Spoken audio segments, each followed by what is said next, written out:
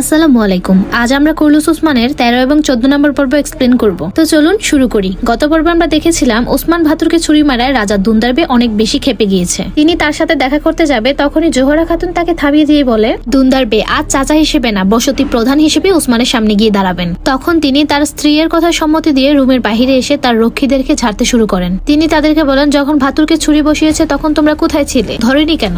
তখনই চিৎকার করতে করতে বামসিবে হাজির হয় দুন্দারবের সামনে। বামসিবে রেগে তাকে বলেন, যারা আমার আইবার্সকে খুন করেছে তাকে আপনি কেন ছেড়ে দিলেন? কোন যুক্তিতে থিউক্লিসকে নিয়ে দুর্গে দিয়ে আসলেন? উত্তরে তিনি বলেন, আমি কোনো যুদ্ধে জড়াতে চাই না। আমি চাই না আইবার্সের মতো আরো একটি তাজা প্রাণ চলে যাক। আমার ভাই আত্মগল্পে ফিরা না পর্যন্ত এই বসতি রক্ষা করার দায়িত্ব আমার। তিনি বামসিবেকে আরো বলেন যে আপনি জানলে অবাক হবেন, সম্রাট এবং থিউক্লিসকে ওসমান মেরেছে। এছাড়া কাইবসতিতে কেউ না থাকলে আজ আমার ভাতুরও মারা যেত। তখন বামসিবে বুঝতে পারে ওসমানের সাহসিকতা এবং ন্যায় বিচার তার চাচার সহ্য হচ্ছে না। তিনি দুন্দরবেকে জানান, রাগ হজম করে নিচ্ছি, আমি বেঁচে থাকতে ওসমানের কোনো ক্ষতি হতে দিব না। দুইজনই খুব রেগেছিলেন, কিন্তু তাদের কথার এক পর্যায়ে একজন রক্ষী এসে জানায় নতুন বাজারে হামলা হয়েছে, যাদেরকে সামনে পেয়েছে সবাইকে মেরে ফেলেছে। দুন্দারবে তখন রক্ষীকে জানায়, গুন্দুজ বেকে খবর দাও, আমরা এক্ষুনি নতুন বাজারের উদ্দেশ্যে যাব। পাশাপাশি বামসিবেকেও জানায় ফিরে এসে সব বোঝাপড়া হবে। অন্যদিকে উসমানকে যেখানে বন্দী করা হয়েছে সেখানে তার বড় ভাই গুন্দুজ বে আসে। তিনি উসমানকে বলে, এমন একজনকে রক্ত ঝরিয়েছে উসমান, যে কিনা আমাদের আপনজন। এখন বলো তো তোমাকে কি করা উচিত? উসমান বলে, যে রক্ত ঝরিয়েছে সেটা ছিল কাইদের দূষিত রক্ত ভাই। তো এটা তো সবে শুরু, আশা করি আপনিও এরকম ভুল আর কখনো করবেন না। মানে হুমকি দিল আর কি, কারণ সেও তো দল বেঁধে থিউক্লেসকে নিয়ে দুর্গে দিয়ে এসেছিল তাদের সাথে, কিন্তু বড় ভাইকে তো আর শাস্তি দেওয়া যায় না, তাই হুমকি দিল। গুন্দুজবে তখন বলে, আমি কিন্তু বাতুর না উসমান, আমার উপর কেউ তলোয়ার ছুড়লে আমি তার চোখ উপড়ে ফেলবো, হোক সেটা আমার ভাই, আমি আমার বাবার আশায় বসে থাকবো না। উসমান যেমন সাহসী, তার বড় ভাই কিন্তু এরকম না। মানে থাকে না পরিবারের বড়গুলো একটু হাবাগুবা টাইপের হয়, যেমন আমার কুদ্দুস। তো তখন গুন্দুজবে উসমানকে রাগিয়ে দেওয়ার জন্য বলে, যখন তুমি ছোট ছিলে তখন আমি বাবার কাছ থেকে রাজনীতি শিখেছি, যুদ্ধে জেতার জন্য কৌশল অবলম্বন করতে হয়, বুঝেছো? তোমার মতো বাচ্চা ছেলের এসব বোঝার ক্ষমতা নেই। এই কথা শুনে তো ওসমান খুব রেগে যায়। মানে শিকল খুলে দিলে মনে করেন গুন্দুস রেখায় ফেলবে, এরকম অবস্থা। ওর মতো একটা সাহসী যোদ্ধারে এই কথা বললো, মানে বিষয়টা খুব ইগোতে লাগে ওর।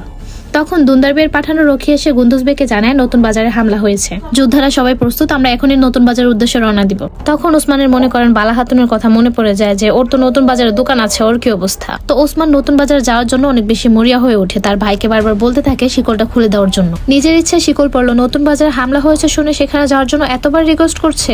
এই বিষয়টাতে তার ভাইয়ের অনেক সন্দেহ হয়। তিনি জিজ্ঞেস করেন, নতুন বাজারে তোমার কি কাজ? সামান্য হামলা হয়েছে, সেটা আমরাই সামলে নিতে পারবো, যেতে হবে না তোমাকে, বাবা না ফেরা পর্যন্ত তোমাকে এখানেই থাকতে হবে। এই কথা বলে তিনি সেখান থেকে চলে যায়। অন্যদিকে বালা হাতুনকে গাছের সাথে বেঁধে রেখেছে। সে আল্লাহর কাছে অনেক বেশি প্রার্থনা করতে থাকে যে আল্লাহ, যে এই ভার বহন করতে পারবো না সেই বোঝা কাঁধে চাপিও না, আমাকে সুমাইয়া রহমাতুল্লাহর মতো ক্ষমতা দাও। তারপর ওসমানের কাছে বামসিবে এসে তার শিকল খুলে দেয়।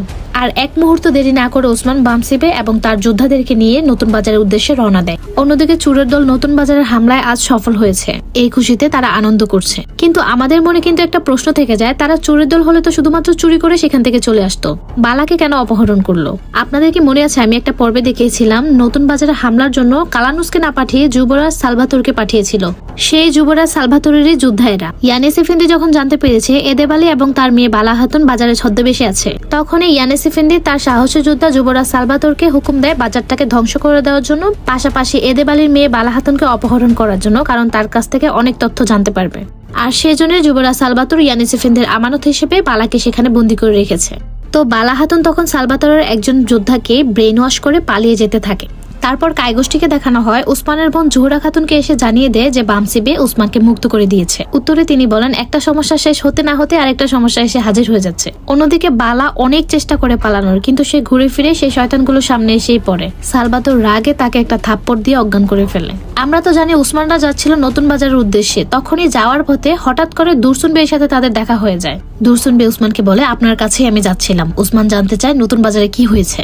তখন তিনি বামসিবের দিকে একটু সন্দেহের নজরে তাকিয়ে থাকে। ওসমান তার পরিচয় দেয় যে তিনি আমার চাচা, বাবার সমতুল্য, আপনি বলুন, সমস্যা নেই। তখন দুরসুন বে সবকিছু খুলে বলে যে নতুন বাজার হামলা হয়েছে, সবাইকে মেরে ফেলেছে, গঞ্জা হাতুন আহত হয়েছে এবং বালাকে অপহরণ করা হয়েছে। ওসমান জানতে চায় কারা করলো এই কাজটা। উত্তরে তিনি জানায়, কারা করেছে সেটা জানি না, দুর্গ থেকে তো কোনো সৈন্য বের হতে দেখিনি, সম্ভবত বাহিরের কোনো যোদ্ধা দিয়ে এই কাজ করিয়েছে। মানে দুরসুন বে তো পাদ্রির ছদ্মবেশে দুর্গে থাকে, তো তিনি দুর্গ থেকে কোনো সৈন্য বের হতে দেখেনি। তো তিনি বলেন, দুর্গে ফিরতে পারবো না, কারণ সোফিয়া যদি বালা হাতুনকে দেখে তাহলে আহিদের সাথে আমার সম্পর্কটা তাদের সামনে ধরা পড়ে যাবে, কারণ সোফিয়া আগেও কয়েকবার বালা হাতুনদের সাথে আমাকে দেখেছে। তখন ওসমান বুদ্ধি খাটিয়ে বলে যে আপনাকেই তাহলে এখন দুর্গে যেতে হবে। এফেন্দি একটু অবাক হয়ে বলে, কেন ওসমান বে? তখন ওসমান জানায় তাদের যদি বালা খাতুনকে মারার ইচ্ছা থাকতো তাহলে তারা নতুন বাজারে তাকে মেরে ফেলতো। আপনি এখন দুর্গে যাবেন এবং আপনাকে তারা ধরবে, অনেক নির্যাতন করবে, অনেক তথ্য জানতে চাইবে। যখন আপনি কিছু বলবেন না তখনই তারা আপনাকে বালা খাতুনের কাছে নিয়ে যাবে এবং আমার যোদ্ধারাও সেখানে আপনার সাথে ছদ্মবেশে থাকবে।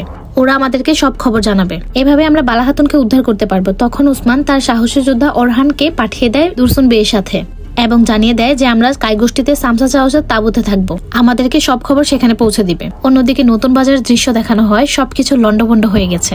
এই খবরটি পেয়ে আলিশার বেও সেখানে আসে। তার শখের নতুন বাজারটি নষ্ট হয়ে যাওয়ার কারণে বাজারের পাহারাদারদেরকে তিনি এক এক করে গলা কেটে ফেলেন এবং নিজামুদ্দিনকে প্রাণ ভিক্ষা দেয়। অন্যদিকে সামসা চাউসকে দেখানো হয় ছোট ছোট বাচ্চাদেরকে সে তীর কিভাবে ছুটতে হয় সেগুলো শিখাচ্ছিল। দূর থেকে ওসমানদেরকে সে তার বসতিতে আসতে দেখে সে একটু অবাক হয়। সামসা চাউস ওসমানকে বলে, আপনি আমার বসতিতে আসবেন, আগে জানলে আপনার সম্মানে একটি ভেড়া কুরবানি দিতাম। ওসমান জানায়, সমস্যা নেই, আমাদের বসতিতে আমরা শান্তিতে থাকতে পারছি না, তাই তোমার বসতিতে কয়েকদিন থাকবো। সামসা চাউস তো খুশি হয়ে বলে, বসতি আছে ওখানে, বন্ধুরা আছে এখানে, আপনি এখানে শান্তিতে থাকুন। অন্যদিকে দুন্দারবে গুন্দুজবে তারা আলিশারবের নতুন বাজারে চলে আসে এবং তার নতুন বাজারটা রক্ষা করতে না পারায় দুন্দারবে আলিশারবের কাছে ক্ষমা চায়। আলিশারবে বলে, আমি হলাম জঙ্গলের শিকারী আর আপনি হলেন যুদ্ধের শিকারী, এমন কাজ কারা করতে পারে বলেন তো? তখন গুন্দুজবে একটু আন্দাজ করে বলে, এমন কাজ কালানুস ছাড়া আর কেউ করতে পারে না। আলিশারবে তখন খিটখিট করে বলে, কালানুস, দেখা যাক আমার হাত থেকে তোমাকে কে বাঁচায়। ততক্ষণে গঞ্জা হাতুনের জ্ঞান ফিরে যায়। গোটা নতুন বাজারে সবগুলো মানুষ মারা গিয়েছে, শুধু গঞ্জা হাতুনই বেঁচে ছিল। তাকে বেঁচে থাকতে দেখে জিজ্ঞেস করা হয় কারা করেছে এই কাজ। সে এতটা আহত হয়েছে তার মুখ থেকে কোনো কথাই বের হচ্ছিল না। দুন্দারবে যখন ওসমানের চাচা হিসেবে পরিচয় দেয় তখন গঞ্জা হাতুন তাকে চিনতে পারে। তো গঞ্জা বলে, ওসমান ভাইকে বলবেন সবাইকে মেরে ফেলেছে এবং বালা হাতুনকে অপহরণ করেছে। তো তারা তো বালা হাতুন নামের কাউকে চিনত না। তারা জিজ্ঞেস করে কে এই বালা হাতুন, কিন্তু সে আর ওই মুহূর্তে কোনো কথাই বলতে পারছিল না। তখন দুন্দারবে তার যোদ্ধাদেরকে বলে তাকে কাইবসতিতে নিয়ে যাও, জোহরা হাতুন তার চিকিৎসা করবে, সুস্থ হলে তার কাছ থেকে সবকিছু জানতে পারবো আমরা। এবং আলিশার বেকেও জানায় আমরা আপনাকে সবকিছু জানাবো ইনশাআল্লাহ। তখনই আরেকটা যোদ্ধা এসে দুন্দার বেকে জানায় ওসমান বে বামসি বেকে নিয়ে পালিয়ে গিয়েছে এবং তারা একা যাননি, আরো যোদ্ধা সাথে নিয়ে গিয়েছে। অন্যদিকে বালাকে আরো শক্ত করে বাধা হচ্ছিল এবং সালভাতোর তার যোদ্ধাদেরকে বলছিল আবারও যদি মেয়েটা পালিয়ে যায় তাহলে তোমাদের খবর আছে। তখনই দূর থেকে দেখা যায় রানী সোফিয়া আর হেলেন আসছে। বালা কিন্তু তখন অজ্ঞান হয়ে উল্টোভাবে শুয়েছিল। তখন সোফিয়া তার চেহারা না দেখে সালভাতোরকে জিজ্ঞেস করে, তাহলে এই হলো এদেবালির মেয়ে বালা হাতুন? সালভাতোর বলে, অনেক শক্ত মেয়ে। উত্তরে সোফিয়া বলে, কিভাবে নরম করতে হবে সেটা ইয়ানিস এফেন্দি খুব ভালো করে জান। এই কথা বলতে বলতে যখন সোফিয়া তার মুখটা দেখে, মুখ দেখে তো অবাক হয়ে যায়, আরে এই কি দেখতেছে আমি, আকাশ থেকে পড়ে যাওয়ার মতো অবস্থা। সোফিয়া তো মনে করেন আগে ওকে অনেকবার দেখেছে দুরসুন এফেন্দির সাথে ছদ্মবেশে। তাকে অবাক হতে দেখে হেলেন জিজ্ঞেস করে কি হয়েছে। সে জানায়, ওকে আমি চিনি, রাহেবার ছদ্মবেশ নিয়ে ও আমার দুর্গে এসেছিল। পাদ্রি মার্কাসও ওদের সাথে ছিল। তার মানে পাদ্রি মার্কাস ও এদেবালের গুপ্তচর। 2 বছর ধরে সেই পাদ্রি ছদ্মবেশ নিয়ে দুর্গে ছিল, কিন্তু এতদিন আমরা কিছুই বুঝতে পারিনি। রক্ষীদেরকে নির্দেশ দেওয়া হয় পাদ্রিকে বন্দী করার জন্য। এইটাই তো ওসমানরা চেয়েছিল। ততক্ষণে বালারও জ্ঞান ফিরে যায় এবং কৌশলে সোফিয়ার ছুরিটা তার গলায় তাক করে এবং বলে কেউ কাছে আসবে না, না হলে এই মেয়েটাকে মেরে ফেলবো। সোফিয়া বলে, বালা আমাকে ছাড়ো। তখন বালা জানায়, আমি বালা না, আমি ওই নামের কাউকে চিনি না, অন্য কারোর সাথে আমাকে গুলিয়ে ফেলছো। মানে বালারা তো এখানে ছদ্মবেশে এতদিন ছিল, তো তারা চায় না তাদের আসল নাম বা পরিচয় তারা জানতে পারো। সোফিয়া বলে, মিথ্যা বলে লাভ নেই, আমি তোমাকে চিনি, পাদ্রির সাথে রাহেবার ছদ্মবেশে তুমি আমার দুর্গে এসেছিলে। তখন বালা বলে, এইসব মিথ্যে কথা, আমি নতুন বাজারে সামান্য এক দোকানে। তাদের এই কথার এক পর্যায়ে হেলেন বালার কাঁধে একটা ছুরি বসিয়ে দেয়। তখন বালা আঘাত পেয়ে মাটিতে পড়ে যায় এবং সোফিয়া হুকুম দেয় ওকে ইয়ানিস এফেন্দির কাছে পাঠিয়ে দাও, যা করার উনি করবেন। অন্যদিকে গঞ্জার চিকিৎসার এক পর্যায়ে তার জ্ঞান ফিরে আসে। তার চিকিৎসা করতে করতে জোহরা খাতুন তাকে জিজ্ঞেস করে নতুন বাজারে তারা হামলা কেন করলো। উত্তরে সে বলে, ডাকাতরা ডাকাতি করে কেন সেটাকে জিজ্ঞেস করা যায়, ওটা তো ডাকাতি করতে এসেছিল। নতুন বাজারে আমাদের ব্যবসা আছে, আমরা হলাম দোকানি। জোহরা খাতুন তার মেয়ে আইগুলকে হুকুম দেয় পায়ে মলম লাগিয়ে দাও, ক্ষত সেরে যাবে, আর কাউকে পাহারা দিতে বলো, সে যেন এখান থেকে পালিয়ে না যায়। অন্যদিকে আলিশারবি দুর্গে যায়, গিয়ে সোফিয়াকে জিজ্ঞেস করে আপনার আদেশে কি নতুন বাজারে হামলা হয়েছে। সোফিয়া তখন এমন একটা ভাব করে জানে সে কিছু জানেই না। কালানুস এসে বলে, এটুকু জেনে রাখেন আমরা এসব কাজ কখনোই করব না। আলিশারবি বলে, তাহলে কে করলো এই কাজ? এই কথা শুনতে সোফিয়ার মনে শয়তানি বুদ্ধি জাগে। সে আলিশারবিকে উস্কিয়ে দিয়ে বলে, হয়তো কাইবসতিরা করেছে, কারণ কাইবসতিরা নতুন বাজারের বিপক্ষে ছিল। আমাদেরকে যেভাবে জিজ্ঞেস করেছেন তাদেরকেও কি এভাবে জিজ্ঞেস করেছিলেন? আলিশারবির ভিতরে কাইবসতিদের উপর একটু সন্দেহ লাগে। তখন আলিশারবি সোফিয়াকে বলে, দোষীকে খুঁজে বের করার একটাই উপায় আছে, আমরা সবাই মিলে কাইবসতিতে যাব। এবার মুখোমুখি হতে হবে, সত্যকে অন্ধকার থেকে আলোতে আনতে হবে। তখন সোফিয়া তার কথায় সম্মতি দেয়। অন্যদিকে দুরসুন বেকে দেখানো হয় সে তার চার্জেই ছিল। তখন সোফিয়ার রক্ষীরা এসে তাকে ধরে নিয়ে চলে যায়। ওসমানের যোদ্ধারা কিন্তু সেখানেই বসেছিল। দুরসুন বেকে ধরে নিয়ে যেতে দেখে নিশ্চিত হয়ে তারাও সেখান থেকে বের হয়ে যায়। সোফিয়ার যোদ্ধারা বুঝতেই পারে না এগুলা যে উসমানের পাঠানো যোদ্ধা ছিল।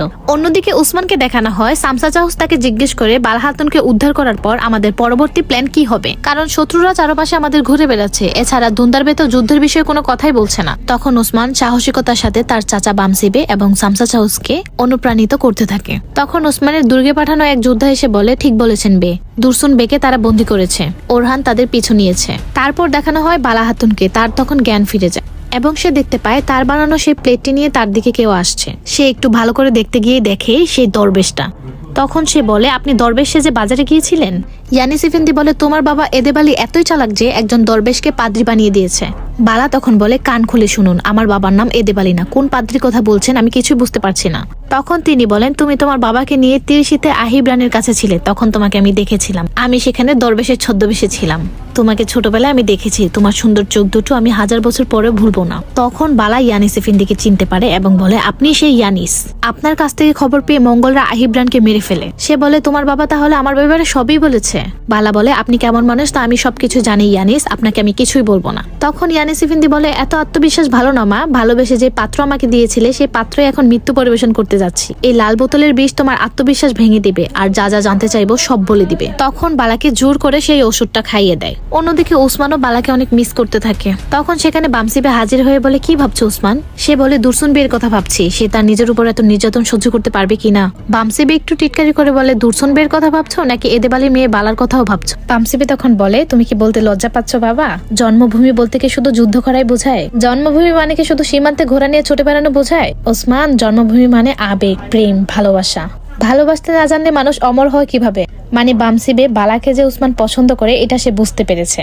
অন্যদিকে ইয়ানিস ইফেন্দি অনেক চেষ্টা করে বালার মুখ থেকে তথ্য বের করার এবং সে বলে, তোমার বাবা এদেবালিও তোমাকে বাঁচাতে পারবে না। তখন বালার মাথায় ওসমানের স্মৃতি ভেসে ওঠে এবং সে আস্তে আস্তে বলতে থাকে, ওসমান ওসমান ওসমান, এই শব্দ ছাড়া আর কিছু সে উচ্চারণ করে না।